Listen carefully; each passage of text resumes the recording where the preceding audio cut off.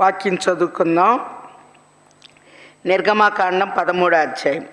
మరియు యెహోవా మోషేకి ఇలాగ సెలవిచ్చెను, ఇశ్రాయేలీయుల్లో మనుషుల యొక్కయు పశువుల యొక్కయు ప్రథమ సంతతి అనగా ప్రతి తొలిచూలు పిల్లను నాకు ప్రతిష్ఠించుము, అది నాదని చెప్పెను.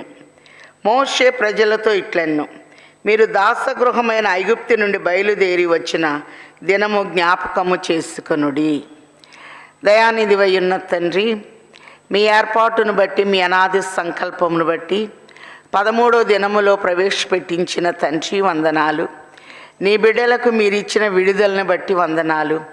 సమస్తములో నీ నెరవేర్పును చూడగలిగిన స్థితిని మాకు ఇచ్చివేయండి. ఈ దినాన నాయన నీ వాక్యములో ఉన్న ప్రాముఖ్యమైనటువంటి మర్మములు నన్ను మరుగు చేసి మీరు బయలుపరచమని వాక్యమయ్యున్న యేసు నామములో వేడుకొంచున్నాము తండ్రి, ఆమేన్. ప్రభునందు ప్రియమైన వారలారా, సమస్త జ్ఞానమునకు మించిన దేవుని సమాధానము యేసుక్రీస్తు వలన మన హృదయములకు మన తలంపులకు కావలియుండును గాక, ఆమేన్. చదవబడిన వాక్యంలో మనం చూస్తే, ఇశ్రాయేలు మరియు యెహోవా మోషేతో ఇలాగ సెలవిచ్చెను, ఇశ్రాయేలు మనుష్యుల యొక్కయు పశువుల యొక్కయు ప్రథమ సంతతి అనగా ప్రతి తొలిచూరు పిల్లను నాకు ప్రతిష్ఠించుము, అది నాదని చెప్పెను. కాబట్టి జ్యేష్ఠత్వానికి ఉన్నతమైన స్థానం బైబిల్ ఇస్తూ ఉంది. జ్యేష్ఠుల్ని శ్రేష్ఠులుగా ప్రభు మరి బయలుపరుస్తూ నాకు ప్రతిష్ఠించండి అని చెప్తూ మోషే ప్రజలు తిట్లను, మీరు దాసగృహమైన ఐగుప్తు నుండి బయలుదేరి వచ్చిన దినము జ్ఞాపకం చేసుకొనుడి. యెహోవా తన బాహుబలము చేత దానిలో నుండి మిమ్మల్ని బయటికి రప్పించెను. పులిసినదేదీ తినవద్దు. అబీబను నెలలో ఈ దినమందే మీరు బయలుదేరి వచ్చితిరి కదా. యెహోవా మీకు ఇచ్చేదనని మీ పితరులతో ప్రమాణం చేసినట్లు కనానీలు, హిత్తీలు, అమోరీలు, హిల్వీలు, యెబూసీనీలు నివాస స్థానమయుండు పాలు తేనెలు ప్రవహించు దేశమునకు నిన్ను రప్పించిన తర్వాత నీవు ఈ ఆచారమును ఈ నెలలోనే జరుపుకొనవలను. 7 దినములు నువ్వు పులియని రొట్టెలను తినవలను. 7వ దినమున యెహోవాకు పండుగ ఆచరించవలెను. పరిశుద్ధ గ్రంథములో 7 చాలా ప్రాముఖ్యమైనది. 7 దినాల్లో సృష్టి కార్యక్రమాన్ని ప్రభు పూర్తి చేశారు. అలాగే ప్రకటన గ్రంథంలో ఆసియాలోనున్న 7 సంఘములకు శుభము అంటూ ఉన్నారు. నయమాను 7 సార్లు యోర్దాన్లో మునిగినప్పుడు పసిపిల్ల దేహముగా ఆయన శరీరం మారినట్టు మనం చూస్తున్నాం. ఎరికోలో మందసము 7 రోజులు తిరిగి 7వ రోజున 7 సార్లు ఎరికో పట్టణం చుట్టూ తిరిగినప్పుడు కోట గోడలు కూలిపోయినట్లుగా మనం చూస్తూ ఉన్నాం. అలాగనే 7 ఆత్మలు కలిగిన వారిగా ప్రభుని మనం చూస్తూ ఉన్నాం. పరిశుద్ధ గ్రంథంలో ప్రభు శిలువలో 7 మాటలు మాట్లాడినట్లుగా మనం చూస్తూ ఉన్నాం. కనుక బైబిల్లో 7 అనేది చాలా ప్రాముఖ్యమైనది కనుక ప్రభు ఇక్కడ తెలియచేస్తున్నారు, 7 దినములు నీవు పులి అని రొట్టెలను తినవలను. 7వ దినమున యెహోవాకు పండుగ ఆచరింపవలెను. పండుగ అనేది సంతోషాన్ని, ఆహ్లాదాన్ని, సమాధానాన్ని కలుగచేస్తూ ఉంది. పులి అని వాటినే 7 దినములు తినవలెను. పులిసినదేది నీ యొద్ద కనపడకూడదు. నీ ప్రాంతములన్నిటిలో పొంగినదేది నీ యొద్ద కనపడకూడదు. కాబట్టి దేవుని కంటే మించి మనం మాట్లాడకూడదు. దేవుడు దేవుడే, మానవుడు మానవుడే కనుక పొంగింది ఏదీ కనపడకూడదు అని ప్రభు తెలియచేస్తూ అన్నారు. మరియు ఆ దినమున నేను ఐగుప్తులో నుండి వచ్చినప్పుడు యెహోవా నాకు చేసిన దాని నిమిత్తము పొంగని రొట్టెలు తినుచున్నానని నీ కుమారునికి తెలియచెప్పవలెను. యెహోవా ధర్మశాస్త్రము నీ నోట నుండునట్లు బలమైన చేతితో యెహోవా ఐగుప్తులో నుండి నిన్ను బయటికి రప్పించననుటకు ఈ ఆచారము నీ చేతి మీదను నీకు సూచనగా నీ కన్నుల మధ్య జ్ఞాపకార్థముగా ఉండును. కాబట్టి ప్రతి సంవత్సరము ఈ కట్టడను దాని నియామక కాలమున ఆచరింపవలెను. యెహోషువ 1:9 కూడా చూస్తున్నాం. నిబ్బరము కలిగి ధైర్యముగా నుండుము, దిగులు పడకము, జడియకము, నీవు నడుచు మార్గమంతటిలో నీ దేవుడైన యెహోవా నీకు ముందుగా నడుచును అని. అలాగనే మనం గమనించినట్లయితే ద్వితీయోపదేశ కాండము 6వ అధ్యాయము 4వ వచనంలో కూడా, ద్వితీయోపదేశ కాండము 6వ అధ్యాయము 4వ వచనంలో ధర్మశాస్త్ర విషయాల గురించి ప్రభు తెలియచేస్తూ, ఇశ్రాయేలు వినుము, మన దేవుడైన యెహోవా అద్వితీయుడగు యెహోవా నీ పూర్ణ హృదయముతోనూ, నీ పూర్ణ ఆత్మతోనూ, నీ పూర్ణ శక్తితోనూ నీ దేవుడైన యెహోవాను ప్రేమింపవలెను. నేడు నేను నీకు ఆజ్ఞాపించు ఈ మాటలు నీ హృదయంలో ఉండవలెను. నీవు నీ కుమారులకును వాటిని అభ్యసింపచేసి నీ ఇంట కూర్చుండునప్పుడును, త్రోవను నడుచునప్పుడును, పండుకున్నప్పుడును, లేచినప్పుడును వాటిని గూర్చి మాట్లాడవలను. సూచనగా వాటిని నీ చేతికి కట్టుకొనవలను.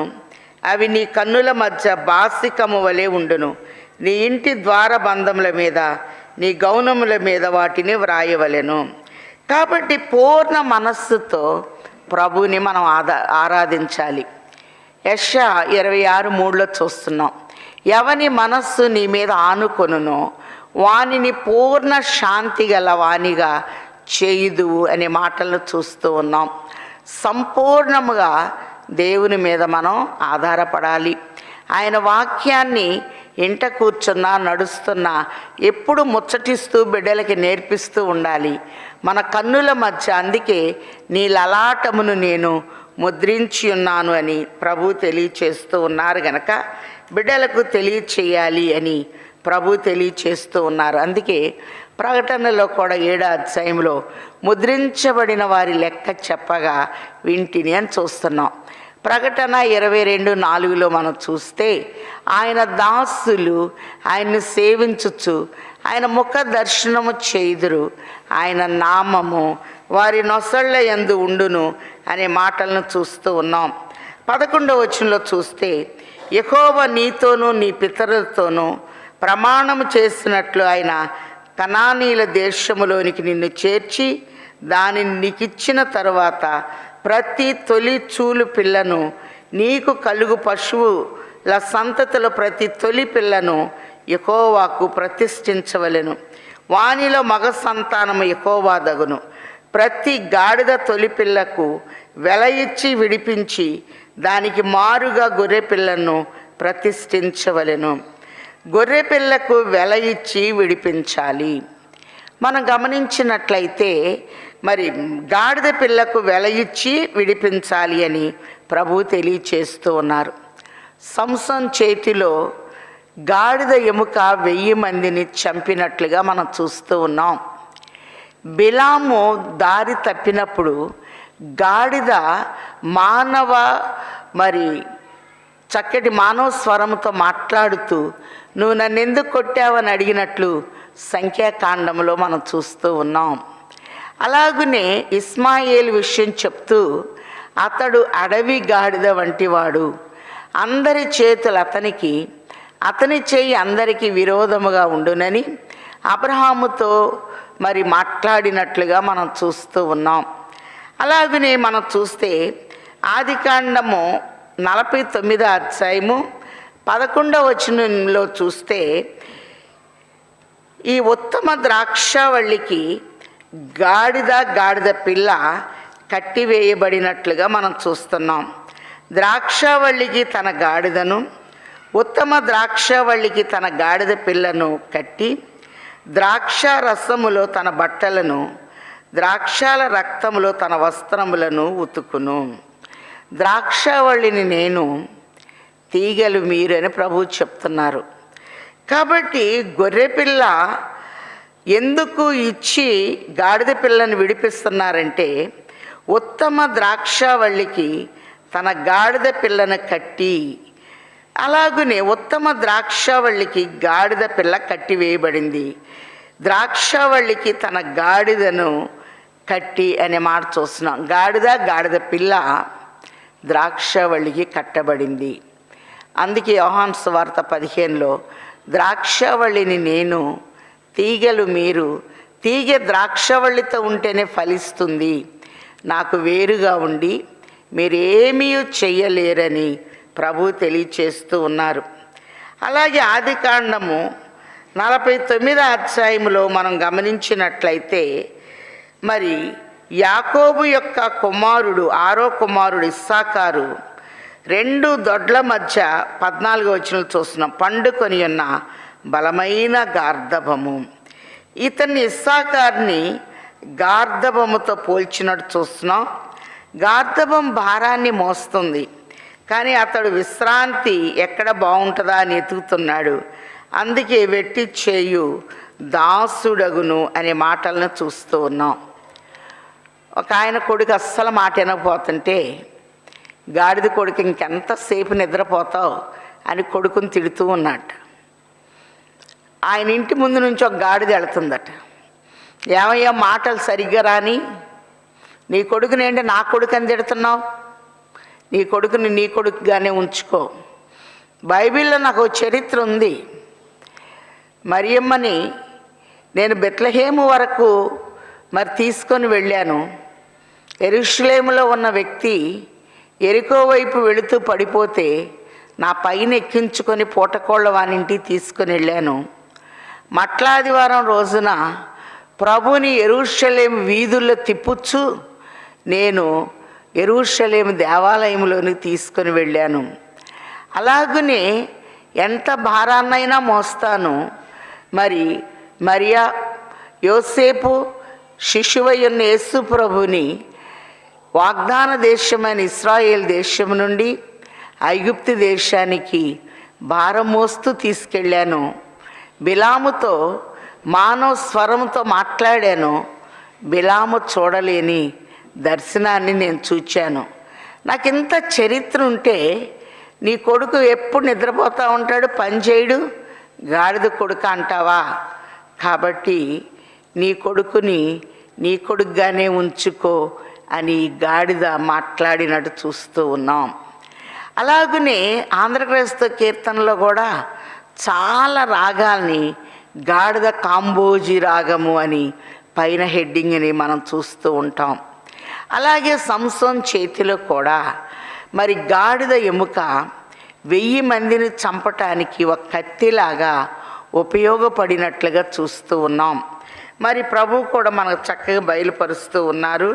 వాక్యంలో మార్కు సువార్త 11వ అధ్యాయంలో చూస్తే ప్రభువే స్వయముగా చెప్పిన మాటలు, మీ ఎదుట ఉన్న గ్రామానికి వెళ్ళండి అని ప్రభు తన శిష్యుల్ని పంపుతూ, వారు బేతనియకు సమీపించి ఒలీవల కొండ దగ్గరనున్న బెత్సగే బేతనియను గ్రామములకు వచ్చినప్పుడు ఆయన తన శిష్యులిద్దరిని చూచి, మీ ఎదుటనున్న గ్రామమునకు వెళ్ళుడి. అందులో మీరు ప్రవేశింపగానే కట్టబడి ఉన్న ఒక గాడిద పిల్ల కనపడును. దాని మీద ఏ మనుష్యుడును ఎప్పుడునూ కూర్చుండలేదు. దాన్ని విప్పి తోలుకొని రండి. ఎవడైనా మీరెందుకు ఇలాగూ చేయుచున్నారని మిమ్మల్ని అడిగిన ఎడల అది ప్రభునకు కావలసి ఉన్నదని చెప్పుడి. తక్షణమే అతడు దాన్ని ఇక్కడికి తోలి పంపునని చెప్పి పంపెను. తక్షణమే. కాబట్టి ప్రభువుకి గాడిద పిల్ల కావాలి, తక్షణమే పంపిస్తాడు. అలాగనే ఆయన మట్లాదివారం రోజున మరి ఆయన కోరుకున్న వాహనం ఏంటంటే గార్ధబము అనేది మనం చూస్తూ ఉన్నాం.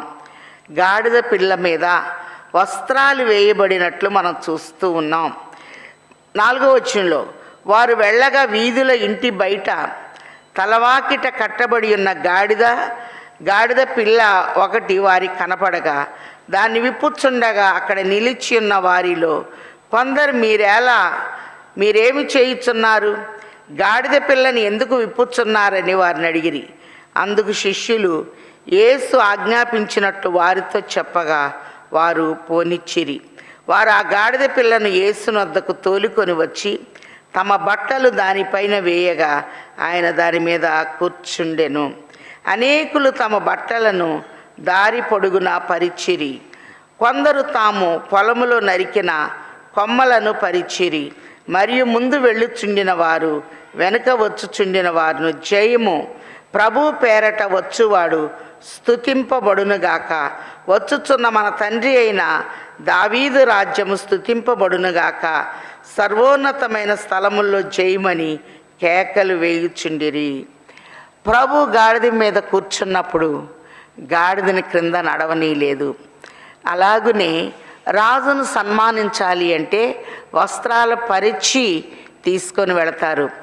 గాడిద అనేది సాత్వికాన్ని చూపిస్తూ ఉంది, భారాన్ని మోస్తూ ఉన్నట్లుగా చూస్తూ ఉన్నాం.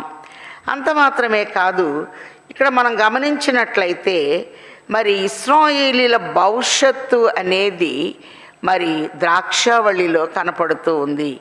జకర్యా గ్రంథము 9వ అధ్యాయము 9వ వచనంలో కూడా జకర్యా 9:9 సియోను నివాసులారా బహుగా సంతోషించుడి, యెరూషలేము నివాసులారా ఉల్లాసముగా ఉండుడి.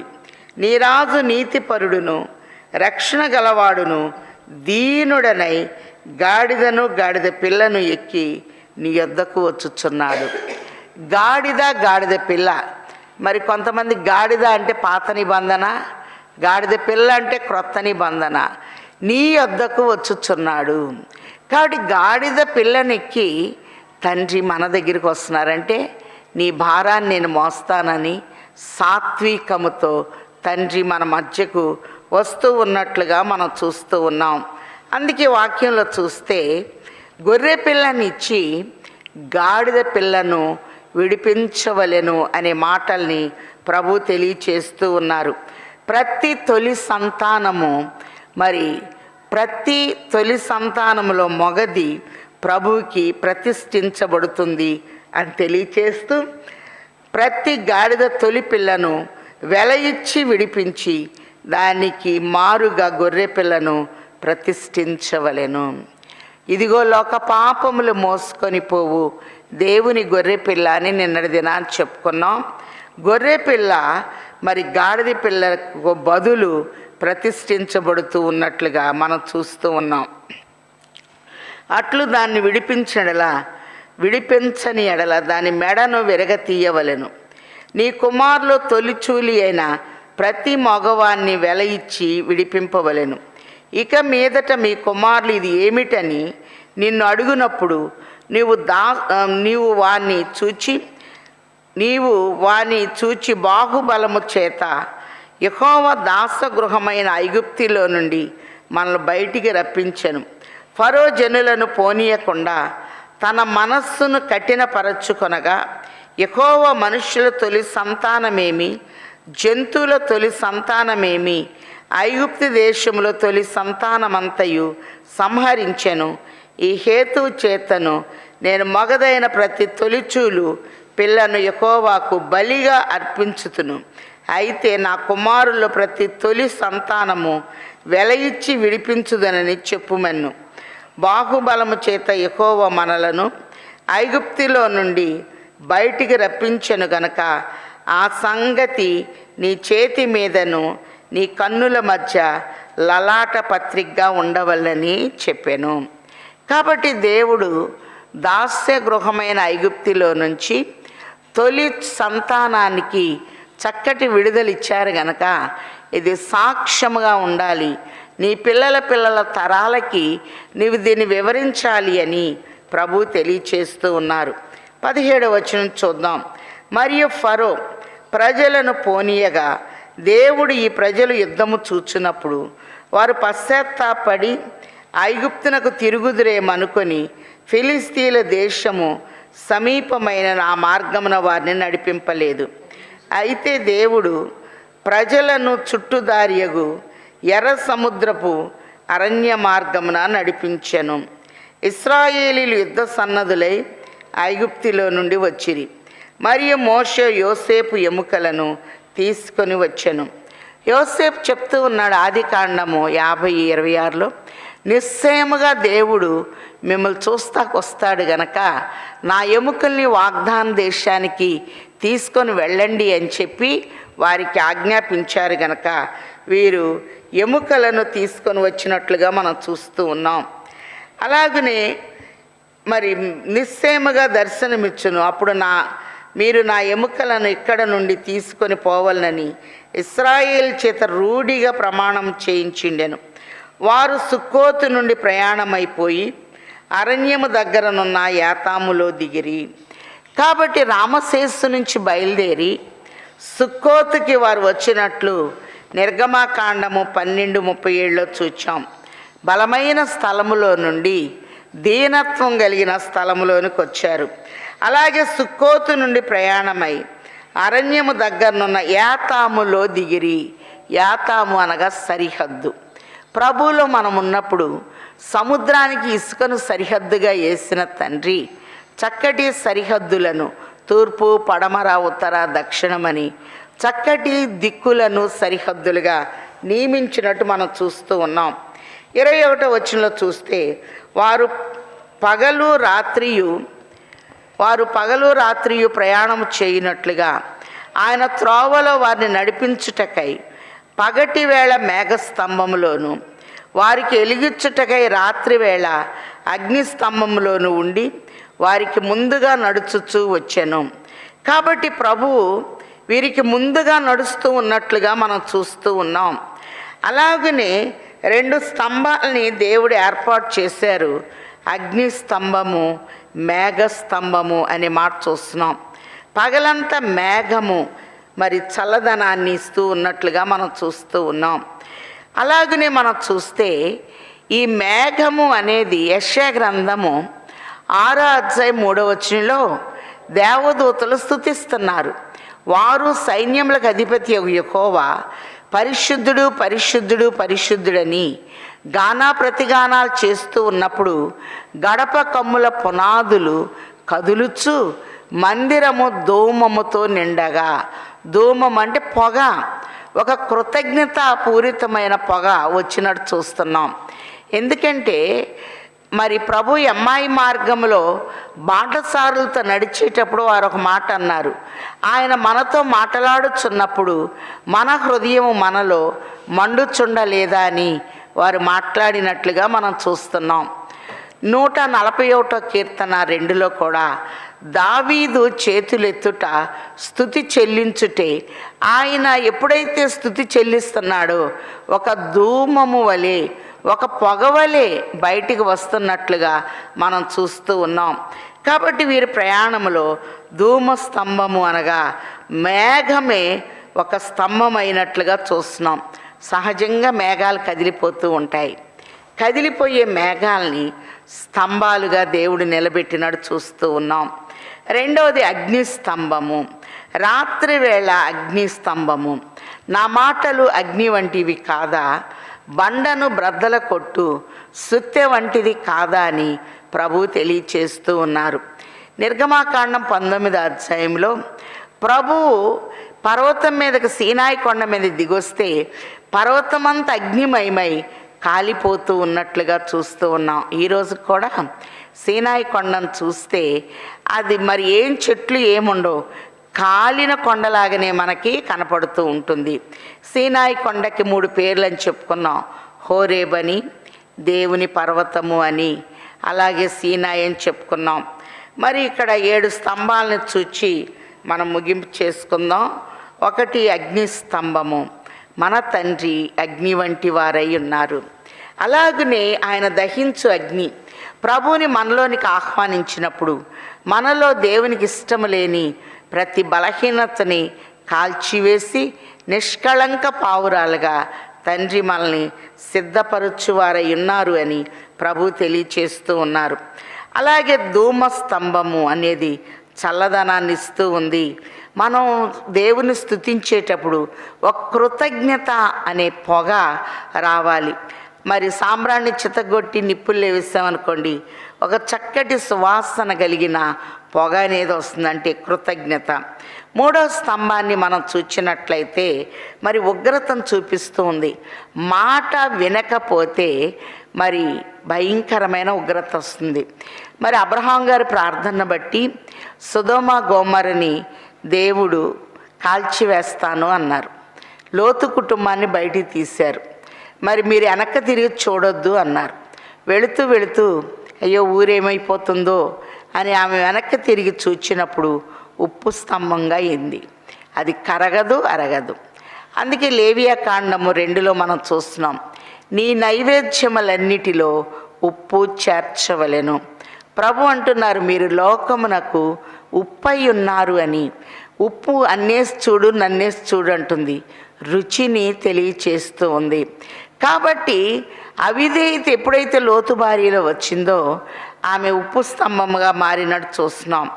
అలాగే నేను 4వ స్తంభం మనం చూస్తే మరి ప్రకటన 2:2లో 7 ఆత్మలు కలిగిన తండ్రి 7 దీపస్తంభాల మధ్య సంచారం చేస్తూ ఎఫెసీ సంఘముతో మాట్లాడినట్లుగా మనం చూస్తూ ఉన్నాం. కాబట్టి దీపం వెలిగించి కొంచెం కింద మంచం కింద పెట్టరు, దీపస్తంభం మీదే పెడతారు. కొండ మీద కట్టబడిన పట్టణము మరుగై ఉండదు అని ప్రభు చక్కగా మనకు బయలుపరుస్తూ ఉన్నారు. ఈ దీపస్తంభము 7 ఆత్మలు చూపిస్తుంది. ప్రకటనలో మనం చూస్తున్నాం 2వ అధ్యాయములో 2వ వచనంలో, యెషయా గ్రంథము 11:2లో కూడా ప్రభు యొక్క 7 ఆత్మలు చూపిస్తున్నట్టు చూస్తున్నాం. 5వ స్తంభము త్రోవ చూపు స్తంభముగా చూస్తున్నాం.